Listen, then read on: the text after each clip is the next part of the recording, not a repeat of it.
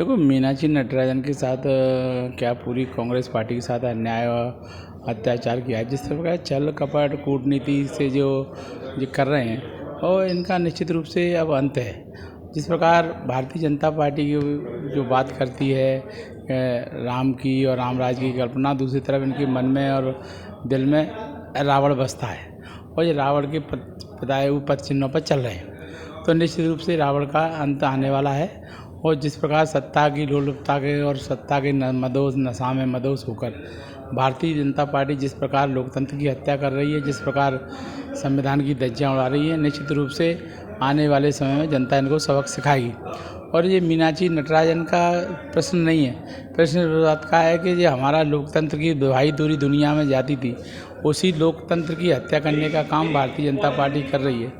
तो मैं ये मानता हूँ कि ये छल कपट से साम दाम दंड वैसे जिस प्रकार का जो कार्य कर रहे हैं और आने वाले समय में लोकतंत्र के लिए ये खतरा है और निश्चित रूप से भारतीय जनता पार्टी इस कार्य को कर रही है। महिलाओं को बढ़ावा देने की बात कहती है,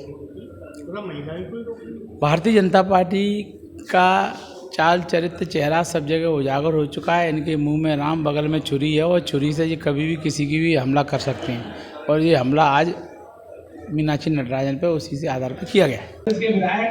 तो उन्होंने दूसरा कहा कि इनका निरस्त कर दो, फार्म निरस्त नहीं होता तो भी वो सीट कैसे हटाना चाहते थे कि उनका प्लानिंग था 10-12 विधायकों को किसी न किसी कारण बंद करके इनको गायब कर दो तो मिलते नहीं।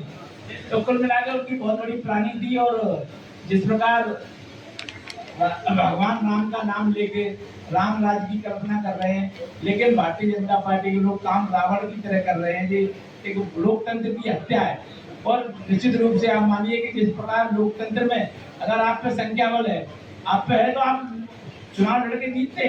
लेकिन इस प्रकार की घटनाओं से आने वाले समय में देश किस दिशा में जा रहा है, लोगों की कल्पना क्या है, लोग कितने, ये क्या है, क्रूरता है। क्रूरता माने मेरे को किसी से बदला लेना है तो मैं छुप के किसी पे हमला कर दूं, घात लगा के हमला कर दूं या जहर दे के उसको निपटा दूं या हथियार से निपटा दूं। ये मेरे मन का क्रिमिनल दिमाग है मेरा। तो इस प्रकार की जो परिस्थिति पैदा देश में जो कर रहे हैं, उससे आने वाले समय में देश के लिए खतरा है। दूसरी पार्टी भी सत्ता में आएंगी तो वो भी इस हथकंडे को अपनाएंगी, तो आने वाले समय में लोकतंत्र जाएगा कहाँ, संविधान की धज्जियां उड़ेगी। तो मेरे को लगता है कि आज तुम उड़ा रहे हो, कल मेरा समय आएगा मैं उड़ाऊंगा, तो फिर संविधान बचेगा कहाँ। तो कुल मिला के ये संविधान की और लोकतंत्र की हत्या है। और जो क्रिमिनल दिमाग का उपयोग किया है वो जाने।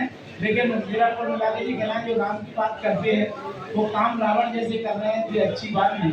लेकिन विधायक जी, सारे विधायक तो थे, बहुत सारी चीजें आई हैं और उनको क्या उजागर करें, क्या कहें। विधायक जी, आपकी पार्टी के सारे विधायक, आपकी पार्टी के सभी विधायक भोपाल बुलाए गए थे, व्हिप जारी किया गया था, आप नहीं पहुंचे?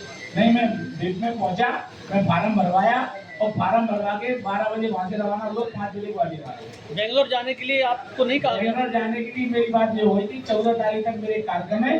14 तारीख के बाद जहाँ भी कहोगे, बेंगलोर कहोगे, विदेश कहोगे, वहाँ जाऊँगा और पार्टी के लिए काम करूँगा। पार्टी के बताए हुए जो प्रत्याशी है उनको वोटिंग करेंगे, इसमें कोई दिक्कत नहीं है। और डरने बहने की बात नहीं है, देना है तो पार्टी का काम करना है तो खुलेआम करना है। बेंगलोर जाके ही कोई काम करना था, जाने के ही कोई काम करना था। लेकिन आज देखो माननीय न्यायालय में, उच्च न्यायालय में, सर्वोच्च न्यायालय में याचिका लगा रहे हैं, वहाँ से कोई रिलीफ मिलेगी तो चुनाव होगा तो पार्टी जीतेगी। लेकिन आपके विधायकों को नुकसान तो हो गया, जो 8-10 कह रहे हो ना, 8-10 विधायक खरीदे थे, उनको नुकसान तो हो गया। अब पता नहीं किसको नुकसान हो गया, क्या हो गया। कुल मिला के जो परंपरा स्वस्थ परंपरा नहीं है, जो परंपरा उन्होंने पैदा कर रहे हैं, ये अच्छी परंपरा नहीं है। कुल मिला के अब जो होता है, क्रॉस वोटिंग होती नहीं होती तो होती, वो अलग बात है, वो सामने आती और कौन कर रहा है गद्दारी वो भी सामने आ जाता। लेकिन इस प्रकार का जो हथकंडा अपनाया गया है वो ठीक नहीं।